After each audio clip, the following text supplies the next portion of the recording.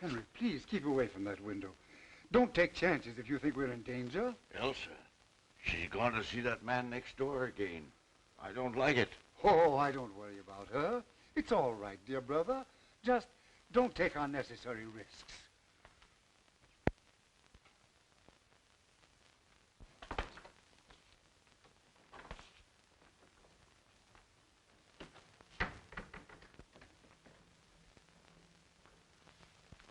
She's gone next door again. I know it. I saw her. Yes, sir. What you'd like to know, that's all. Good afternoon, Miss Murphy. How are you today? Fine, Miss Carson. Thank you for asking. Go right in. Hello, Mr. Bernard. Hello, Elsa. Sit down, please. I must have started something when I introduced you to Landis. Why? What do you mean? Did you come over just to have tea with an old man? Or is someone else coming? I don't know. Of course, if Jim drops in. Oh, him now, is it? Well, Landis is a fine chap, all right, but detectives shouldn't get married. Not until they retire. What do you mean? How about that lady who lives next door to us? Mrs. Tallman?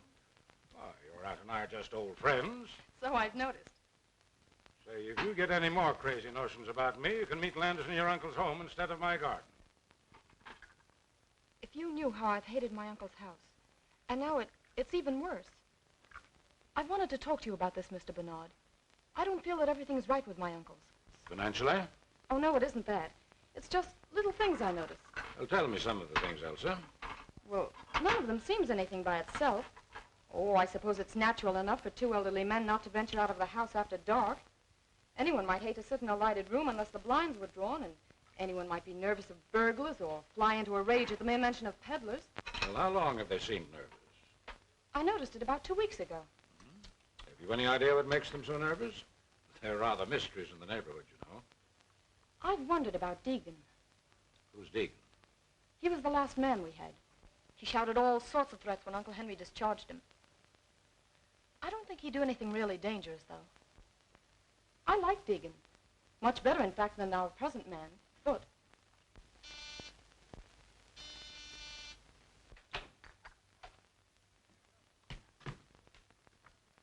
Good afternoon, Mr. Bernard.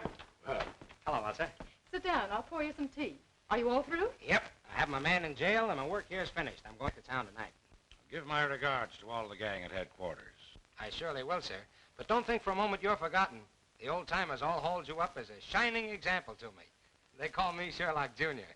Well, the old ways had certain merits. Don't disregard them entirely. You're not finished already. What's the hurry? I was going to take you for a little drive. It's the last chance I'll have for a while. Don't mind me. I'll go for a stroll. Sit down. We have nothing to say that can't be said before you. Oh, haven't we? Hello, everybody. Having a little tea party? Mr. Landis, this is Mr. Blake. How are you? Oh, yeah. Mr. Blake is my paying guest. Calls himself a chemist. And if making horrible stenches is any criterion, he is. I'll surprise you one of these days and make Dr. Milliken take a back seat. I'll bet he's worried. Mr. Blake in? Oh, excuse me. What is it, chum? Oh, excuse me, please. I want some carbon tetrachloride. Oh, what do you know about carbon tetrachloride? Oh, me want time a terra. Oh, yeah? Come on up to my laboratory. Oh, thank you very much. Let's go before Blake gets back. Oh, he's not as bad as all that. But remember, this is my last day here. All right, run along then. I'll be seeing you again soon, sir. You don't have to tell me that.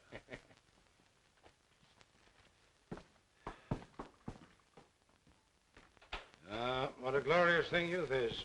Pity it's wasted on the young. I beg your pardon, sir? Oh, nothing, nothing. Aren't you going to let Mr. Blake have some tea? What's the matter, Blake? Oh, nothing. Has Miss Carson gone? That's your hated rival kidnapper. Who is he? Oh, a youngster who got on the detective force through political pull, then upset all predictions by making good. I should think she's better than that. She'll inherit all her uncle's money, won't she? Yes, and the old misers are quite wealthy, too.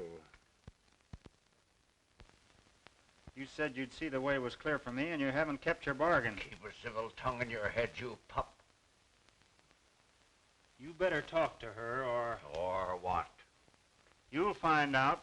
Any more of this double-crossing, and I'll wring that scrawny old neck of yours.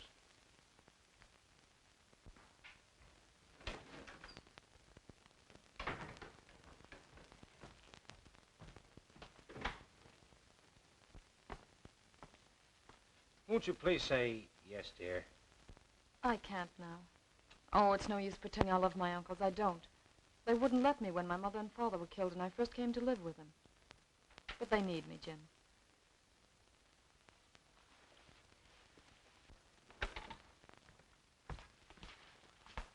I saw you, you rake. Under my very nose. Now get into the house, you baggage. Hold on, sir. You must be crazy. I'll show you with a load of buckshot how crazy I am. Get out of here. Wait, Elsa! I'm going to marry your niece whether you like it or not. Over my dead body. That may be a prophecy. What's that? Excitement is dangerous to a man of your age. Thank you. Well, I'm glad to see you home again, Mrs. Tallman. Oh, that's very nice of you to say so. For two reasons. Have you seen Elsa's uncles lately? I'm as welcome in that house as a polecat at a garden party. I only moved here to be close to Elsa. Oh, you're not their sister, then? Heaven forbid. But Elsa's mother was. They wanted her to marry a scoundrel, but my brother stole her right under their very noses. They've never forgotten it. Yes? Mr. Landis to see Mr. Bernard. Hello. Pardon me. I was next door and saw you come in here. You know Mr. Landis, Mrs. Tallman. So you're the young man Elsa wrote about. What's the matter, boy? Elsa's uncle. I'm not going to have her subjected to those insults. What insults? What did he do? A couple of things that I won't stand for, and said that I would marry her only over his dead body.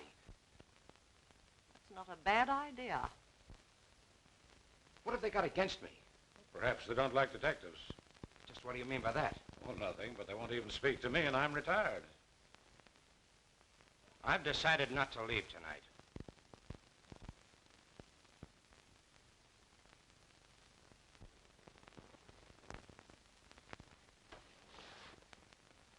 Henry, there's a man sneaking about the garden.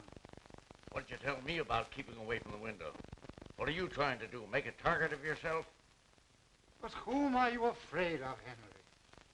You'll know soon enough if you're not more careful.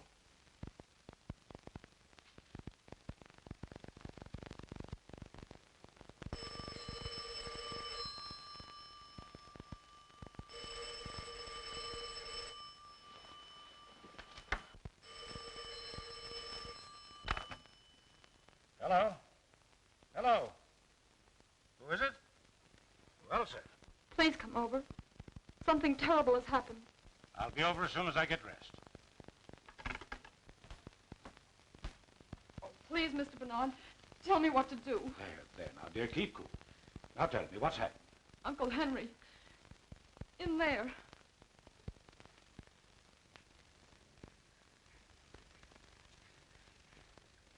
Oh, no. I can't go in there again.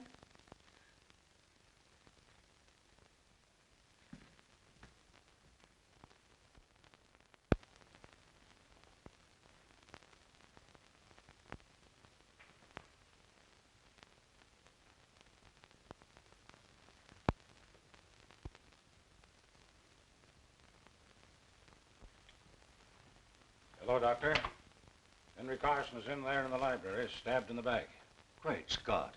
Murdered?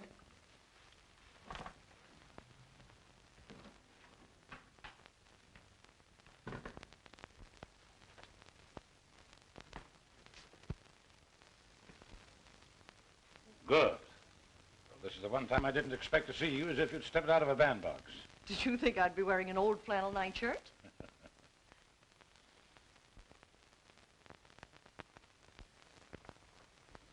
There. It was a dreadful shock, wasn't it?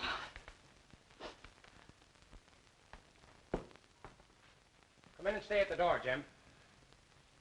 Well, I'm glad you're on this case, young fellow. Thanks. The body's in the library. There's Foot who first found it. Tell Mr. Landis all you know, will you, Foot? Unless you'd rather look in the library first. Anything you suggest. I suppose you'll take charge. Oh, no. I'm on the shelf, but I'll help you if you want me to. Thanks. What do you know about it? I woke about 2 o'clock, sir.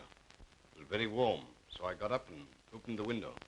I saw the light from the library shining on the lawn, so I came downstairs. I thought Mr. Henry was asleep. I shook him very gently, but he wasn't asleep. I called Miss Elsa. Elsa, were you awake when the butler rapped on your door? Yes. I mean, no. I don't think so. Did you hear anything unusual before he rapped? No, I didn't. I see. And now may I be permitted to suggest that Mrs. Tallman take Miss Carson up to her room? Well, you don't have to. I was going to do it anyway. On your way, young lady. Oh, Uncle Charles, don't come down, please. Why not? What's the matter? We hope to break it to you gently, Charles, but you'll have to know it sooner or later. What is it? Why don't you tell me? It's Uncle Henry. He's dead. Dead? Henry. I knew it. My poor brother. I'll go next.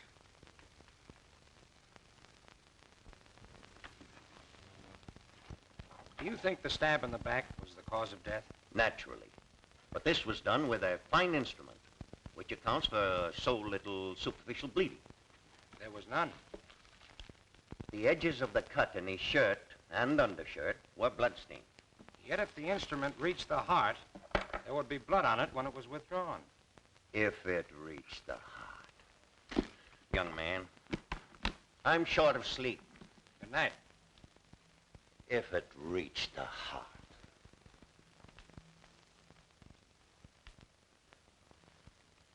Seems annoyed, doesn't he? Well, naturally. First you doubt the wound as the cause of death. Then you talk about it having reached the heart. That's right. So I think I'll be saying good night, too. Now, listen. I don't want to bother you if you're not interested, but I'd be mighty grateful for your advice and assistance. Will you help? Well, if you put it that way, I'll do what I can. Okay. Would you prefer to work independently, or shall we compare notes as we go along? Well, we'll make notes as we go along and then draw our own conclusions. Swell. Now, if you don't mind, I'll start with this room. All right, young fella, go ahead. I'll follow you.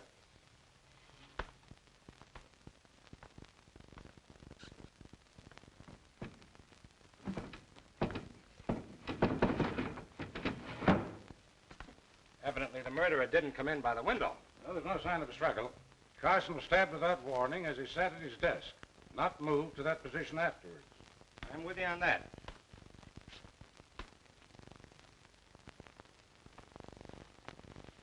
Hey, look here a minute. How do you suppose that blood got there? Did you expect to find it? No, just noticed it. What do you make of it? I don't make anything of it unless someone cut himself accidentally. Carson's wound never bled like that.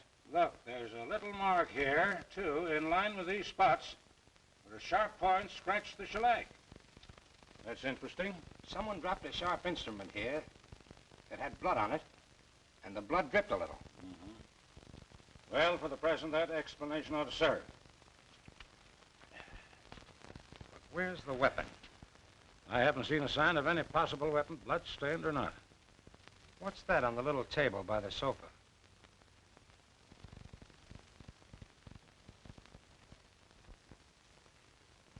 An empty scabbard. Doesn't look as though it would fit the weapon that inflicted the wound. Possibly not. And that's interesting, too. But where's the weapon that belongs to it? Might be worth finding out. Well, we'll look into that tomorrow. Meanwhile, is there anything more you want to do tonight? I don't want to keep you up, but I'd like to sleep on this with as much information as I can get. You know more about the household, and you were here first. All right, come over to my house, and I'll give you 15 minutes.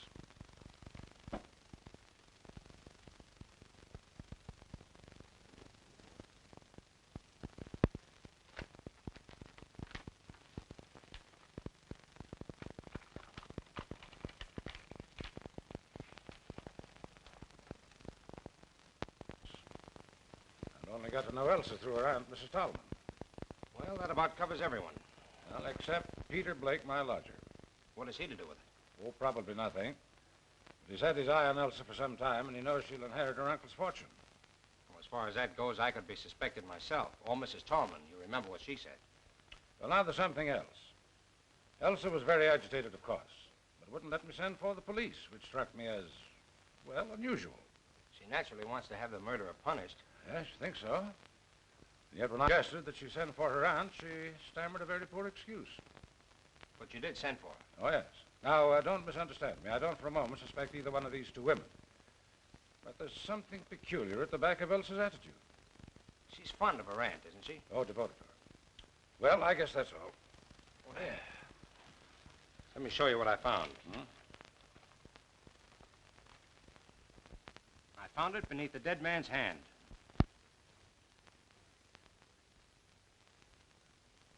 Interesting. What else?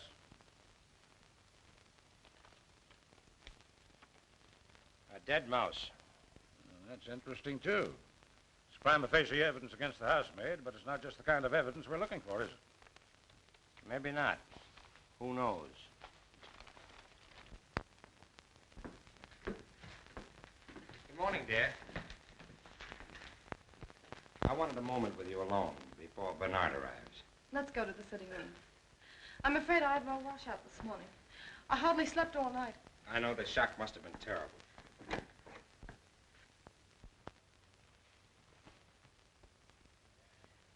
Jim, I'm terribly upset. There, don't worry. We found a number of clues. Mr. Bernard. Just wait outside. Well, good morning, dear. Any inspirations in the night? No, but I've arranged for the autopsy and had a look over the grounds. I was just going to ask about this man Deegan. Do you think he had anything to do with last night's tragedy? I don't think so. I don't know. Of course not. Elsa, were your uncles still engaged in business? I believe Uncle Henry wasn't away. They seldom went out, but Uncle Henry wrote a good many letters. It was he who handled the details, then? I suppose so. But you know nothing of the nature of their business. They never talked much of it.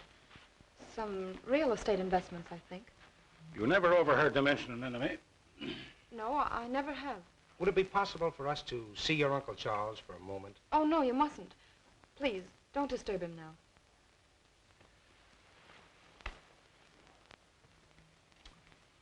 You know what he meant when he said, I knew it. Only that he's been afraid of something for weeks. You know of any quarrels your uncles may have had with anyone? Anyone at all, recently? Don't mind me. If I'm guilty, I'll condemn myself. Did anyone else call at the house yesterday or last night? Well, what was that? Did anyone else call yesterday or last night? I don't think so. Won't you let me go now? Before you go, may I ask you one more question? What is it? I just want to know whether you saw anyone other than the regular household about the place last night before the tragedy. No, I did not.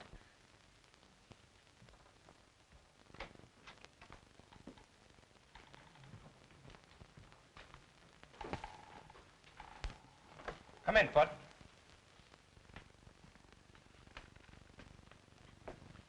Sit down.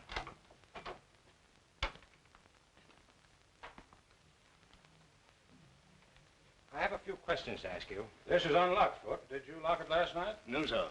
Miss Elsa is in the habit of doing that before she retires. But you locked up the rest of the house. Yes, sir. When I retired, the cook was reading in the kitchen. Mr. Henry was in the library, and Miss Elsa was in her room, I believe. Is there anyone else in the household? A housemaid, Helen Smith. Thanks, that's all. Send the cook in to us. Oh, wait. Did you see or hear anyone last night? Not exactly.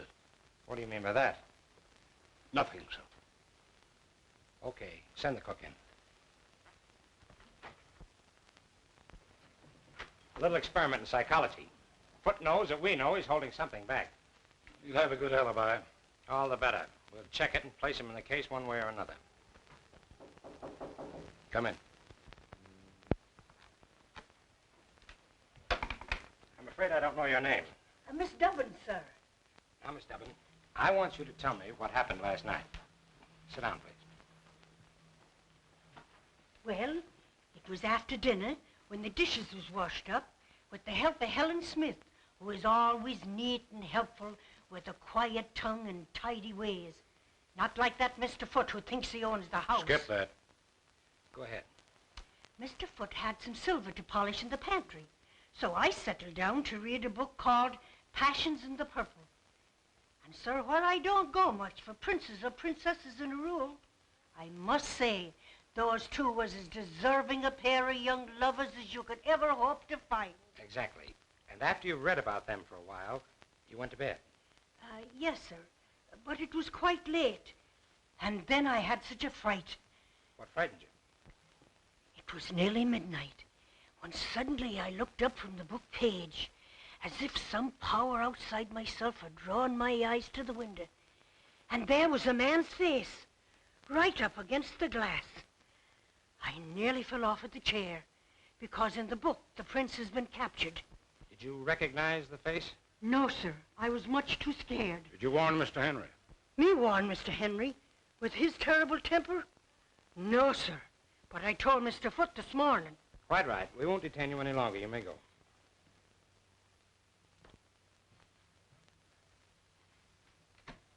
Well, that's that. What do you make of it? I think I'd like to have a few more words with our friend Foote.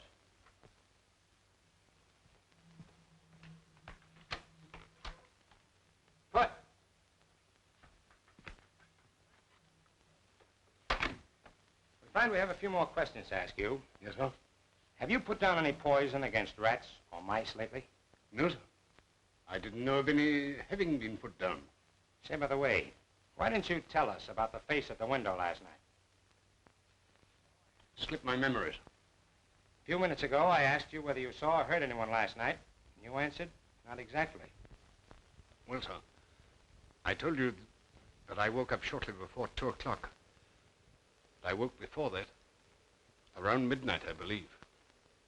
I was awakened by voices. A voice, anyway. Did you recognize the voice? Did you recall any words? No, sir. But I felt sure I'd been awakened by a voice. Did you get up? No, sir. Why did the murdered man fire Deacon? Sure I don't know, sir. What hold did you have on Henry Carson to make him fire a good man without cause, just to make a place for you? You'll excuse me, sir, but I don't know what you're talking about. Did you ever hear of Foxy Wilder? No, sir. That's all. Send in Miss Smith.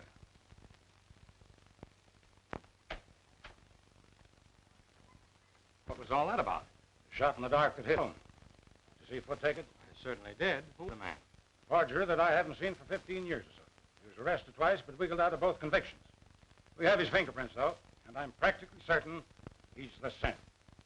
The idea that he might have had a hold on Carson out of the past is interesting. Yes, very interesting.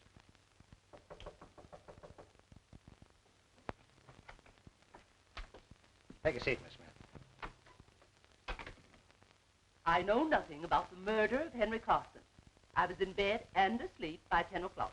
Miss Smith, did you sweep the library this morning? I did not. It was swept the day before. Did you dust the little table by the couch? Of course I did. Did you see the dagger there in its scabbard? Of course. To whom does the dagger belong? To... Why? We're asking questions. To whom does the dagger belong?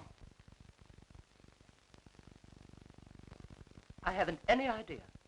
Does it belong to Miss Elsa? Well, if you're trying to accuse that poor innocent girl... Does belong to Miss Elsa, eh? I haven't the faintest idea. That's all, Miss Smith. You may go.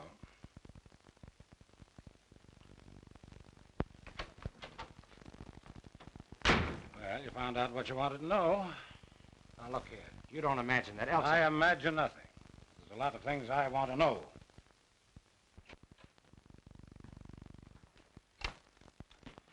Hello, what's up? Who? Henry Carson. He was a friend of yours, I believe.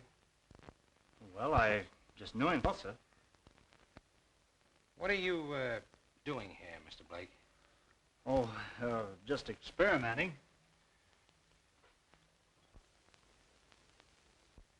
You have a lot of poison gas, I see. Why, yes. Oh, no, not exactly. But say, Mr. Landis, I wouldn't think of killing old Carson. Oh, of course not. We'll be ready in a few minutes. Why, I'm out to lunch. I have an engagement. Going far? Oh, no, just around here.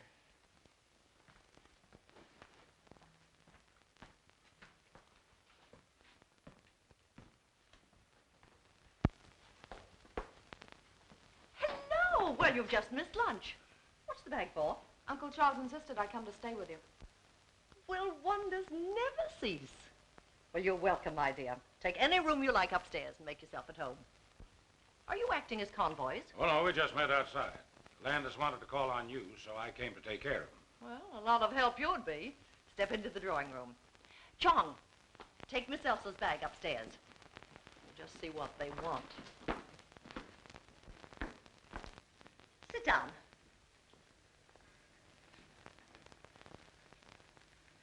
You want to talk to me? Did I or did I not kill Henry Carson? That'll do for a start. Well, what do you think? You're a detective? You'd be surprised at the number of charming-looking women that permit themselves the luxury of murder.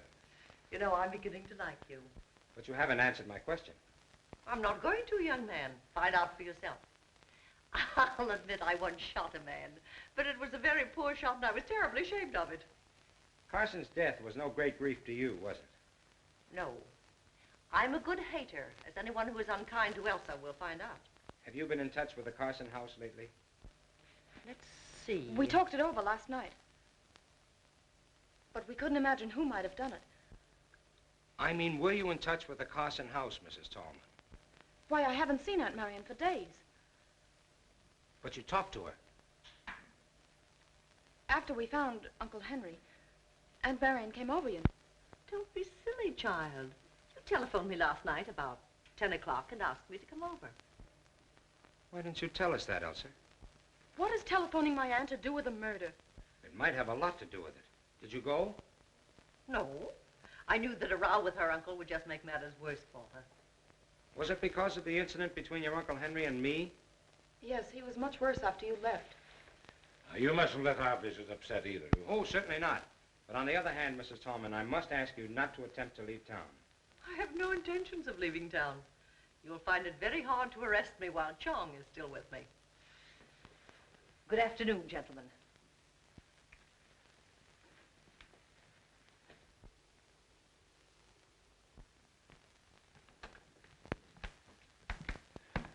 I'll inform Mr. Carson that you're here, sir.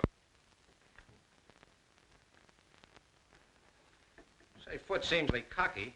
Did you notice the change?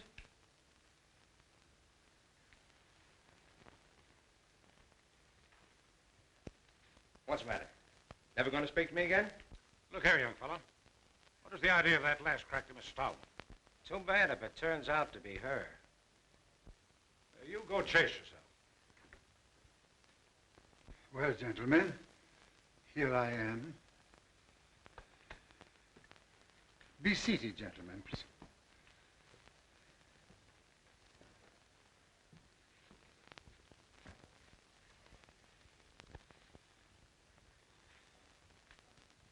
It's very kind of you to give us this info. We have no definite clue as yet, so we've been forced to come to you for help. I'm afraid there's little help that I can afford you. You see, my brother was a good man, but he had a violent temper, which made him many enemies. Cause for your nervousness of late. Figure sneaking about the grounds. Yeah. And at what time? I was reading in my room late at night. When I put out the light and opened the window, I figure there by the hedge. Did you describe the man at all? No, it was dark. Did you hear anything last night? I was very tired and I didn't wake up until Foot called me. I'm sorry I can be of so little assistance, but I'm here. Apprehensive yourself lately, haven't you? You said something about being the next to go. Yes. I regretted those words the moment I had spoken them. I had wished to frighten Elsa more than she'd been frightened already by the tragic fate of her brother. Mr. Carson, what do you know about Foot, your butler? Why, almost nothing. My brother hired him, I think, because of a letter that he wrote asking for a position. Foot is a friend out of the past. Yes, I suppose so, Mr. Bernard. I felt that sometimes he presumed upon it a little. Mr. Carson, I have one more question to ask. We found no trace of the weapon yet. Searched the house? Of course, gentlemen. Search wherever you will.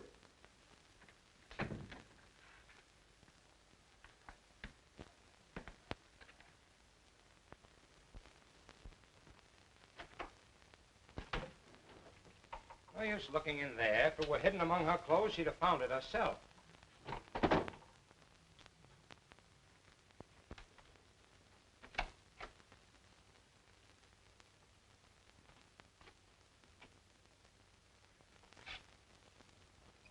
Curious?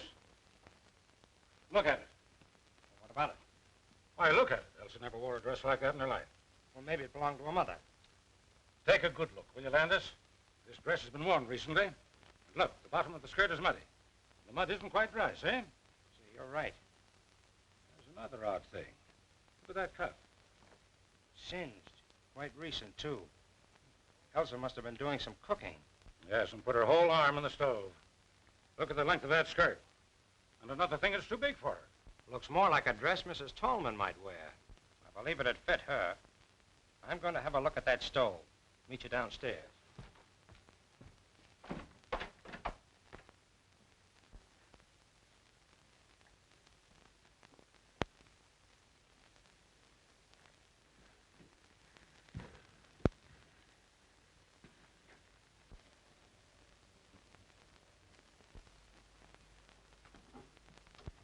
Excuse me, sir.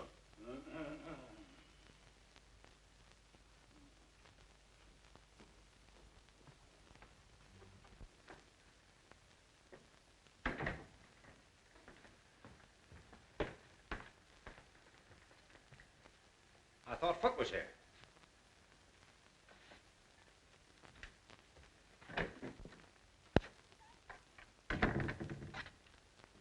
Foot.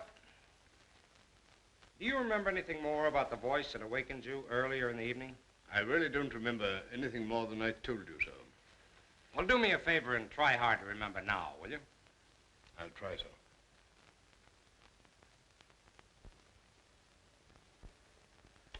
It's no good, sir. I really can't remember, and I don't want to lie about it. All right, keep on trying. I'll do that with pleasure, sir.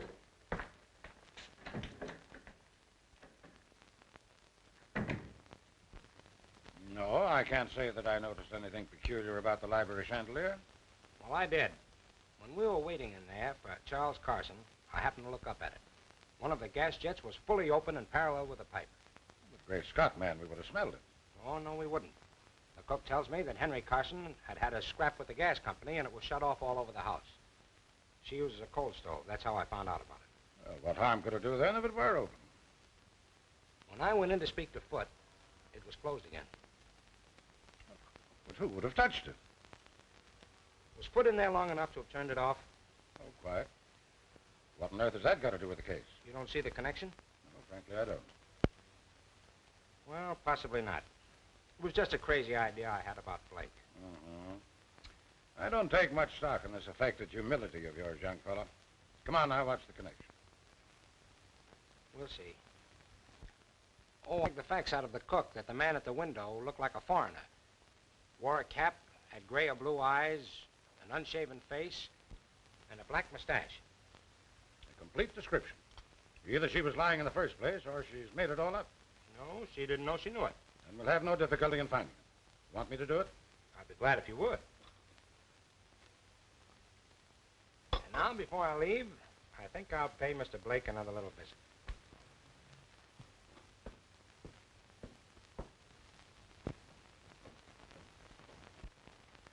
Look here, what do you want to know all this for?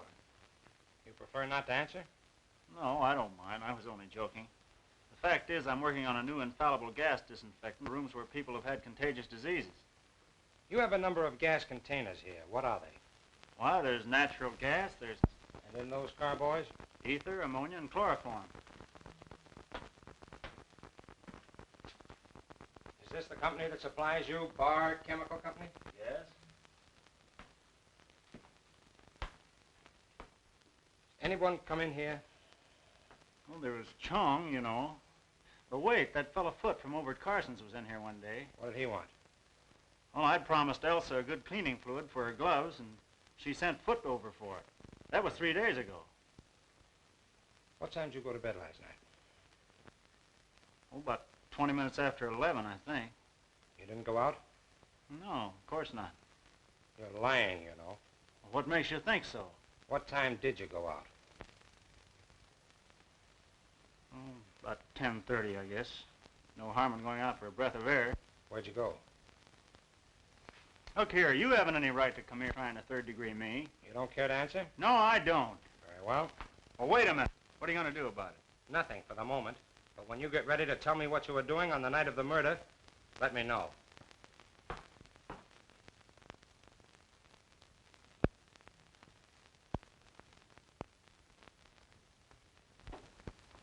Good morning, good morning. You're an early bird. Or haven't you been to bed? You realize this is the third day now and we're just about where we started? Oh, I wouldn't say that. Well, I'm anxious to hear what you found out yesterday. Good. Sit down, then. Over the way, I checked on Deegan. The people who employ him were giving a party that night, and he was on duty until 4 in the morning. So that eliminates him. Well, I had better luck. I expect to produce the face at the window today. How? Through Briggs, the man Henry Carson was writing to. He's their real estate agent, and none too honest, I fear. I found out through Briggs that the Carsons own a number of tenements that he bought for them under an assumed name. He also admitted that there have been a number of fires in those buildings lately. Obviously, firebug. Were the buildings heavily insured? Yes, but that doesn't seem to be the angle. In fact, Henry Carson told Briggs to take steps to stop the fires. Briggs engaged a private detective, but the fires didn't stop. There was an attempt at firing one of the buildings on the very night Carson was murdered. What time? A little before midnight. Well, then the same man couldn't have killed Henry Carson. Yes, he'd have had time, only it wasn't a man. A woman? The private detective described her as being tall, dress of some dark material, small hat and a veil. She moved with a free, swinging stride, like a woman who'd been used to an outdoor life. But that's extraordinary. The description fits Mrs. Tallman.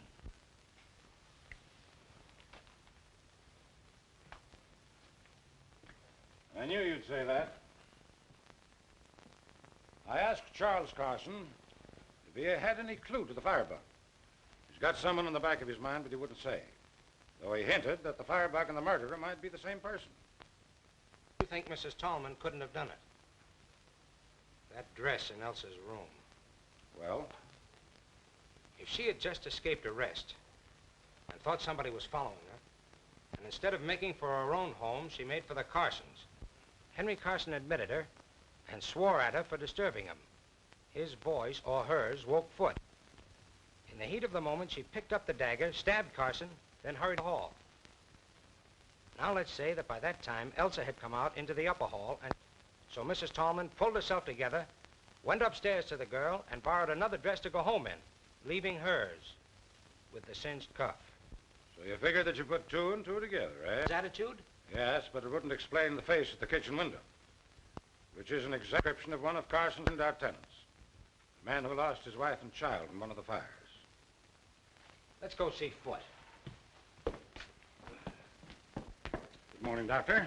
Yes, and I was here very late last night. Carson's in pretty bad shape. Now, what's the matter with those servants? I've rung 3 times. Oh, good morning. Takes you a long time to answer that bell. It isn't my job to open the door. It's Foot's. Will you send Foot to us, please, Miss Smith? Yes, sir. Will you wait in the library?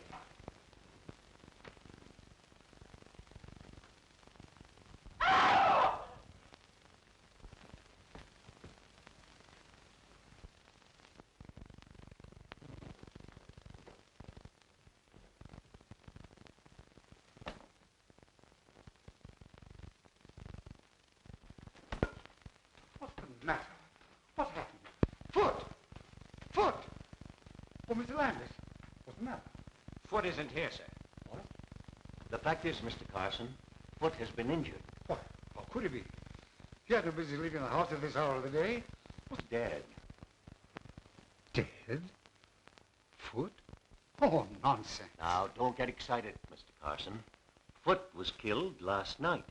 Murdered? Was he killed here? Mr. Landis, was he killed here? That's right. What does it mean?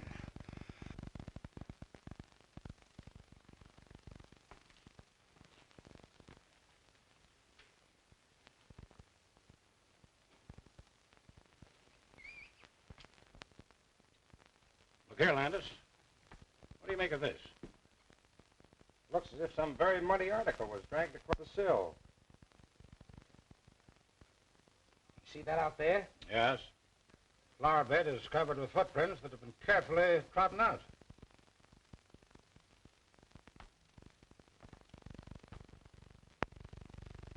Did you look at... Oh, traces of...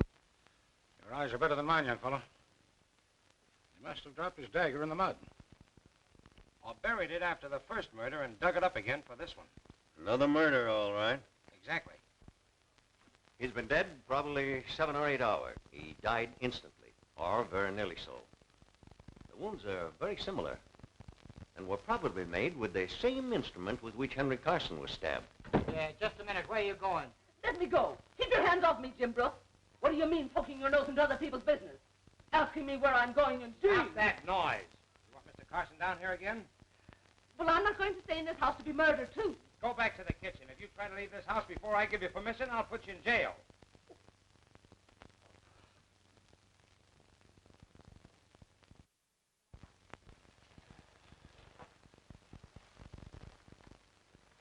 Helen Smith is gone, and there's only the cook, so I had to come back. Yes, dear, we let her go home. I've questioned both those, and I can't throw any light on the case. Now, I want you to trust me, Elsa. I do trust you, Mr. Bernard. Then I want you to tell me how you knew that your aunt came here at a late hour the night your uncle died. I can't. You'll tell Jim, and he already suspects Aunt Marion. She told me so. Now, my dear, you've asked me to help you, but you won't help me. I want to prove a record is clear, but I can't do it unless I know everything. I suppose I ought to trust you. I know you wouldn't say that, just find out. No, I wouldn't. All right. I got up to get a drink of water, and I heard the library door close and looked downstairs. What time is that? A little after 1 in the morning. What did you see? It seemed so treacherous. I saw my aunt. Was there a light down? Just a dim nightlight. But I called out, Aunt Marion. Yes, what did you say? She didn't say anything. She put her fingers to her lips. Then she waved me a kiss and hurried out the front door. What sort of clothes was she wearing? Something dark. A dark brown or green dress and a small hat. Could you see her face? Not clearly.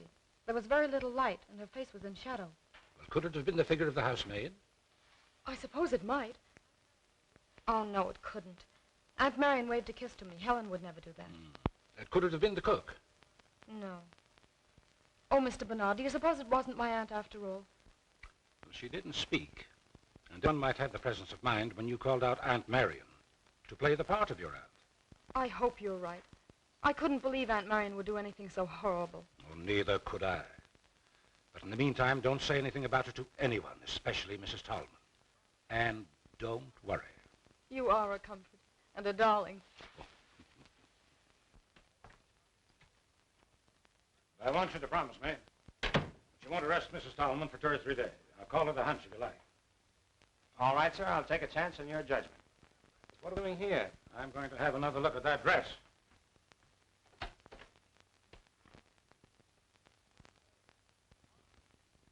Gone. Gone. I'll have a chat with Elsa about it.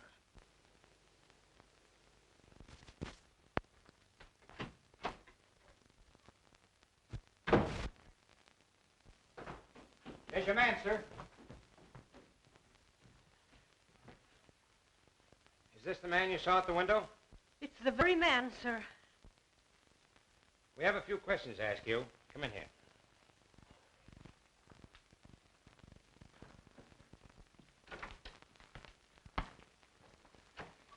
Sit down.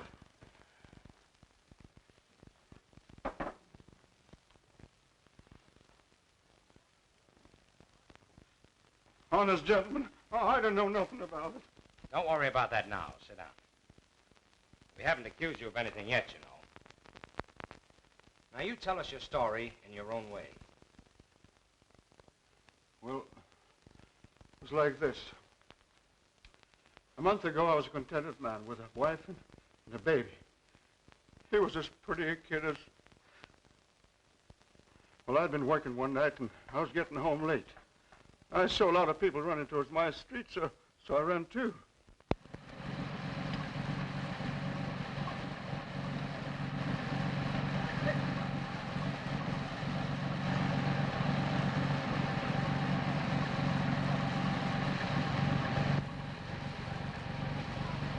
Get back there. But my wife and kid, they're in fire. Everybody's out. My wife and kid, are they safe? There was a woman and kid, but they took them to the hospital. Hospital?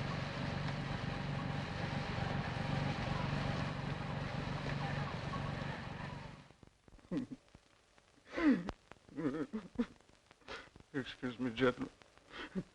I ain't been the same since that night. Well, I rushed over to the hospital, and there was Alice and little Bill lying in a bed together with a sheet pulled over their faces. So you set out to find the owner of the building? That's it, sir. All I was asking was the price of a tombstone, like Alice had wanted, that's all. But Briggs, he wouldn't tell me. So a friend of mine in the fire department, he made him spill the names of the owners and their address. So you came out here? That's right, sir. But I couldn't get here till late because I got mixed up finding the place. Must have been about 11:30 by the time I got here. What did you do after you got to the house? Well, I looked in the back window. There was a woman there sitting and reading. Well, she let out a yell, so I ducked. You mean you went home? No, sir. I wanted my rights. I came round this window here, but all of a sudden the lights upstairs went out. So I ducked, scared somebody might look down and see me. That's just what happened. You were seen. Now come clean. So help me, I'm telling the truth. Well, after a while, I crept back and looked under the shade. At this desk here, there was an old man looking over some papers. Did you rap on the window? Not me, sir. I wasn't looking for trouble. I just walked along the house to see what kind of a car they had, to see if they was rich. The garage was empty, so I went home. Is that all? I guess that's all. But I didn't murder the old man. You better tell us everything, Bell. Oh, what's the use? You wouldn't believe me. Why don't you try? Well, it was like this, sir. The garage was all dark inside, but I carry a torch, and just as I took it out, something hissed at me from the back of the garage. Hissed at you? Yes, sir, I'll swear to it. It scared me so bad that I ducked again. Then how did you know there was no car there? Well, after a while, I came back and I flashed on the torch, and that time I saw it. Well, what was it? I said you wouldn't believe me, but I'll take my oath it was a snake, wiggling away toward the back. You sure it wasn't a long red herring? I'll take my oath it was a snake. So you went home? Yes, sir. I went straight home as fast as I could. You're never near this place before? Well, I never found out the address till the day before. How could I come? You came again? I never did, sir. I never came near that place again. You came here last night, crept in, stabbed another man at that desk, just as you stabbed Henry Carson. I didn't, sir. I didn't. I swear I didn't. Where were you last night after midnight? I was in the picture show. Anybody with you to prove it? No, sir. I went alone. I'm going to send this fellow home now, but don't lose track of him for a few days. All right, Val. You can go home now. Home? And I'm going to see what I can do about raising the price of that tombstone. Thank you. Thank you, sir. Well, what do you make of it? Well, that was a shot in the dark that didn't strike home. But let's see else about that dress. I'm convinced that that dress was worn by the woman she mistook for her aunt. Do you really think it possible that it was Helen Smith or the cook? I didn't take to Helen Smith. She showed a vicious temper and was quite callous at leaving Elsa alone. And for a good cook, Miss Devon strikes me as being unconvincingly brainless. She told the truth about the man at the window. Yes. And she was the only person in the household that was up late the night that Henry Carson met his death. And so far as we know, she was alone downstairs with Foote last night when he died.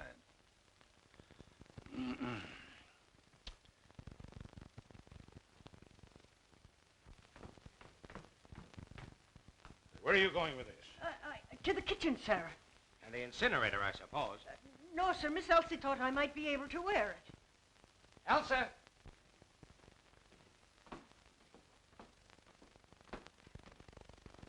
Did you give this dress to the cook? Why, yes. I found it at the bottom of Foot's trunk. Foot. Well, Foot must have planted that dress in here. And it would be the logical place for him to hide anything else. While Elsa was away.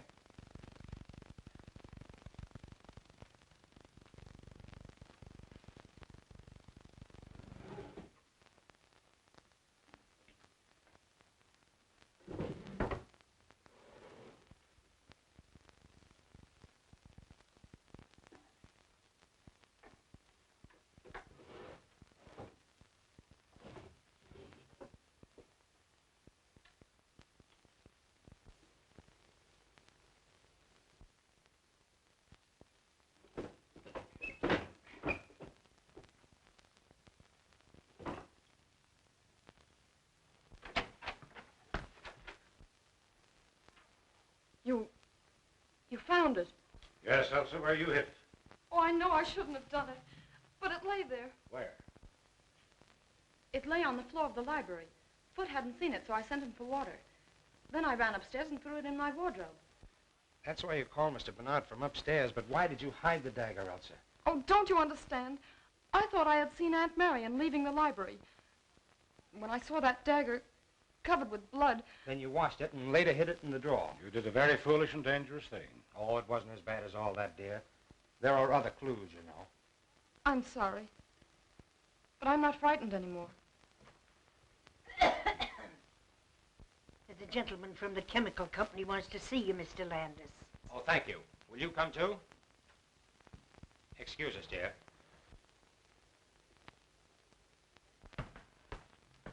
Did you see Blake? No, I didn't. What new theory is this? It's not a theory. I had the chemical company send out Mr. Watson here to examine Blake's laboratory. Well, what'd you find, Mr. Watson? The pressure is good in all the gas tanks except the carbon monoxide. Which means? That most of the gas has been drawn off. Well, could it have leaked out? Our tanks don't leak. Somebody might have left the tap open a little, but if he did, he'd be lying around there somewhere. Well, that's all I wanted to know. Thank you. I'm glad to help you if I can. You've been holding out on me, eh? Not on facts, only theory. Carson's wound didn't bleed. That's why I made such a point of whether it reached the heart or not. My idea was that when Henry Carson was stabbed, he was already dead. The autopsy showed a scarcity of oxygen in the lungs. In that case, the wound wouldn't bleed at all. It didn't. But let's take the evidence in order. First, there's the mouse. The little beggars never die out in the open unless they've been poisoned, but nobody had put down any poison. Well, where's the connection? Suppose that Henry Carson had been sitting quietly at his desk and Mr. Mouse ventured into the middle of the room. Then let's suppose that death suddenly gathered both man and mouse at the same instant. Carbon monoxide. Suppose we see if your lodger is in.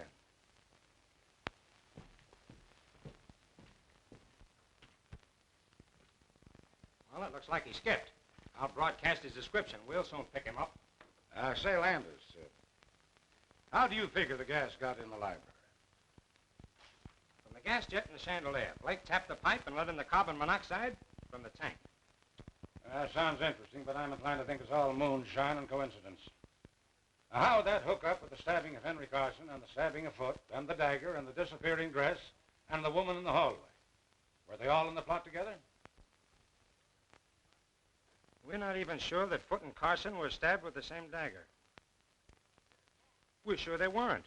Elsa hid it long before Foot was murdered. Oh, quite so. But that doesn't prove that both men were not stabbed with one and the same dagger. For the love of Mike, man, you don't suspect Elsa. I don't think Henry Carson was stabbed with a dagger at all. It was planted there. On the evidence of Elsa, the dagger was covered with blood, dripped on the floor, and yet the wound did not bleed. Whatever blood was on the weapon came off on the clothes when it was withdrawn. That's right. Well, then we can eliminate at once both Arthur Bell and Peter Blake, for neither of them had the intelligence to conceive such well-planned crimes. Well, I'm not eliminating Blake, and I'm not eliminating Mrs. Tallman. All right. But there's an experiment I'd like to try. What is your experiment? Well, it's quite simple. All I ask is that you place yourself at my disposal tonight and possibly tomorrow night. Okay. If you still have a man watching Mrs. Tallman, I want you to call him off and let me convey to Mrs. Tallman in a roundabout way that you've done so. You agree? I do.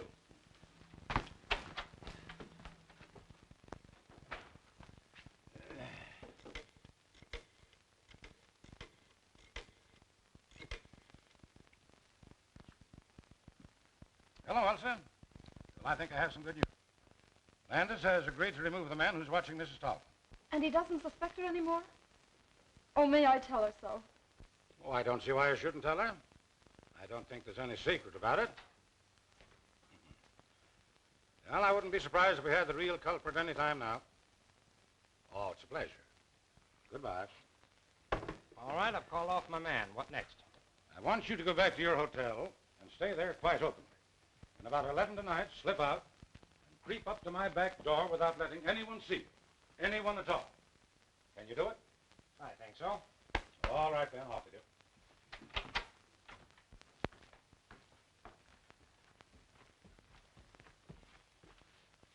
I'm going to undress.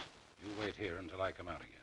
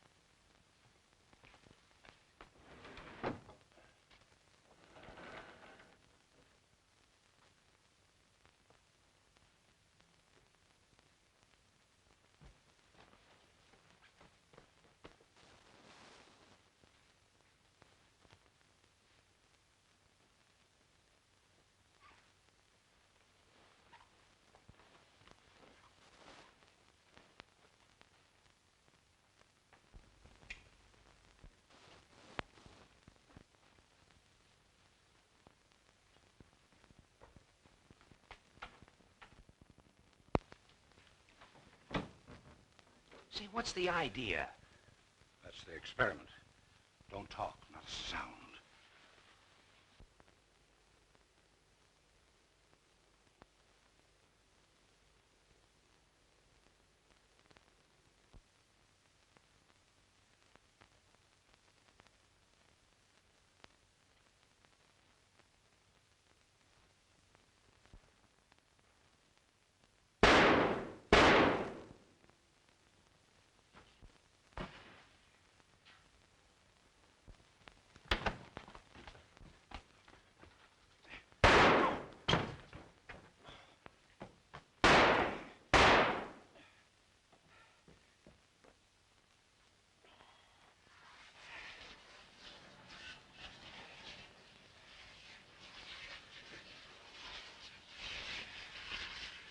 That's safe. Come on. Are you hurt bad? Don't just brace me. Hurry, we must catch her. Where the deuce are you going? What is all this? Now, this is my show, Landis. Bruce here is the detective working for me. You identify the firebug, Bruce? All but the dresser, same height, carriage, and walk. Uh-huh.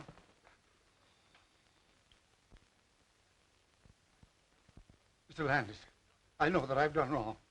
Would you tell me, please, if I'm to be incarcerated tonight or permitted to sleep here? What do you think we're going to charge you with? Well, dressing as a woman, I know it's illegal, but I wanted to find the murderer of my brother. We're saving you the trouble. We're charging you with the murder of your brother and the murder afoot, setting fire to your tenements, and the consequent death of Martha Bell's wife and child. Ridiculous. You know that I was in my room, and at what hour I put out my lights. Yes, I found the clockwork arrangement that put out your lights. Now I'm going to find the dagger with which you stabbed your victims.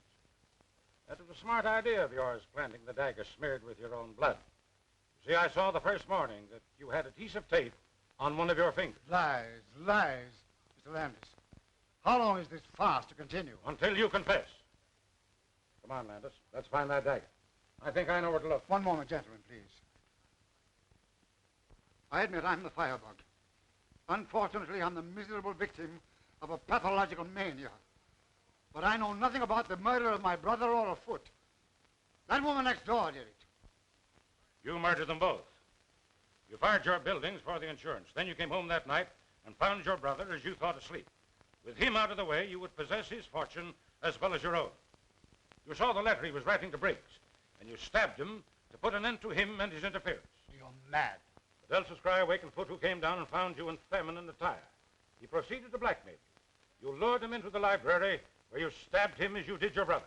Pray, tell me, where is the weapon with which you imagine I killed my poor brother and Foot? It isn't in the house, so it must be somewhere in your course between the front door and the side door where you re-entered the house. Come on, Landis. We'll look the ground over again. Right. Oh, you've got your flashlight? Yes, well, we'll take Carson along.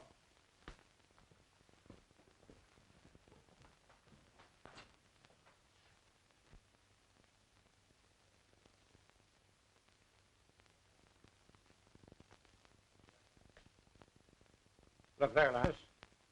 Doesn't it seem strange that such a tall plant should be tied to such a short stake? That stake? That wouldn't help it any. Bruce, pull it up and let's have a look at it.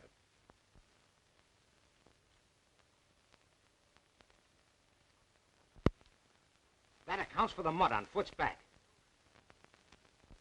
You win, Bernard. But it took you years to do it.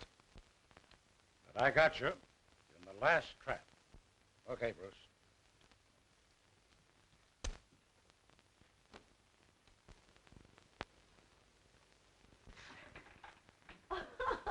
Cleared at last, and you're foiled again, Jack Dalton.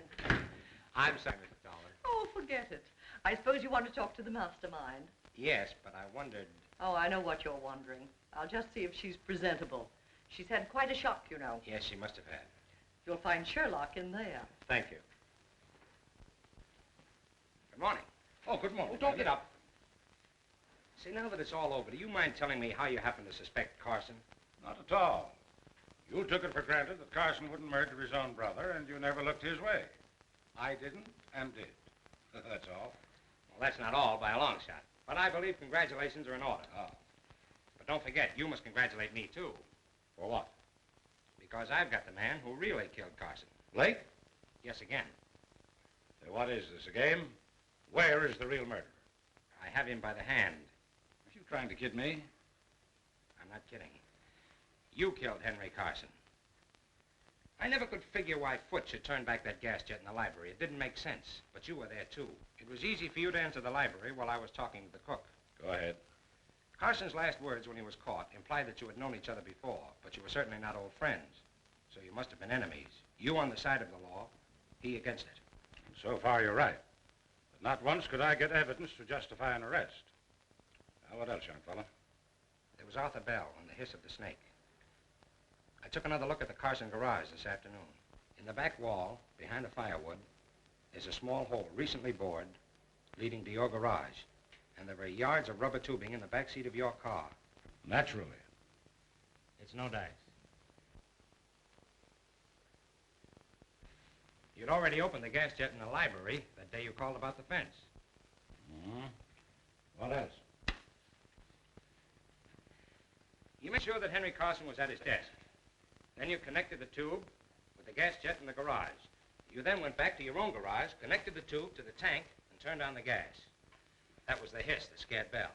You let in enough gas to kill a dozen men and a mouse.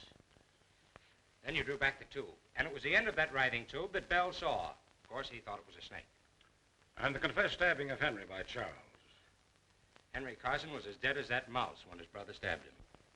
An interesting bit of reasoning. How long have you believed it? I suspected it days ago. You were so down on my theory of gas and so unwilling to involve Blake. Landis, you've done some fine reasoning. I never thought you'd figure it out. But you don't know the harm those two men have done. I came here to live with no idea but to trap them. You see, we never actually met, but they knew me as well as I knew them. Hello. Are you two still congratulating each other? We're pretty good. Well, there's someone outside who thinks so, too. Oh, you'll pardon me if I carry this investigation a little further. Won't you sit down, Mrs. Tallman? Certainly. Well, I suppose you're very busy now with Sean gone and Elsa on your hands, but if you have a minute, I've got something to tell you and something to ask you. An hour, if you like. Well, I thought you'd like to know that Landis has traced the murder of Henry Carson for me. What? But you didn't do it. Oh, of course not, but I've practically confessed it, and Landis has let the matter drop. Well, I'll be... That's all right, it's all right. What else could I do? You see, I found some rubber tubing that belonged to you hidden behind the firewood in the garage. I pawed it over to hide your fingerprints and leave my own, then I hid in the back of my car. But will you tell me, please, in confidence, how you got that tank of carbon monoxide to asphyxiate Henry Carson that night? That's the only thing I don't understand, the only thing that doesn't fit. Do you mean to say that you confessed to such a crime to shield me? What else could I do? But I didn't do it. What? Then who the heck did? Well, you're just in time, children. For what? You accused Mr. Bernard of killing Carson. Now I'm going to tell you who really came. 2 weeks ago, I was fool enough to remark in Chong's hearing that if somebody would only murder Henry Carson, I'd be the happiest woman in the world. The morning after Henry was killed, I remembered. And knowing Chong's devotion to me, I accused him of it. He blandly admitted that he pried open a window, sneaked into your house, stole the gas from Blake's laboratory, and asphyxiated the old scoundrel. Well, I'll be... Shh. But he'll have to be arrested. Why, certainly. Where is he? On his way to China. Nevertheless, we'll get him. You were wondering where we'd spend our honeymoon. Well, it looks like China to me. You're a man, Thorben. Oh, fool. Well, have it your own way. But I'll tell you what I'll do. I'll marry you. Who asked you? Hold your tongue. I'm not asking you, I'm telling you.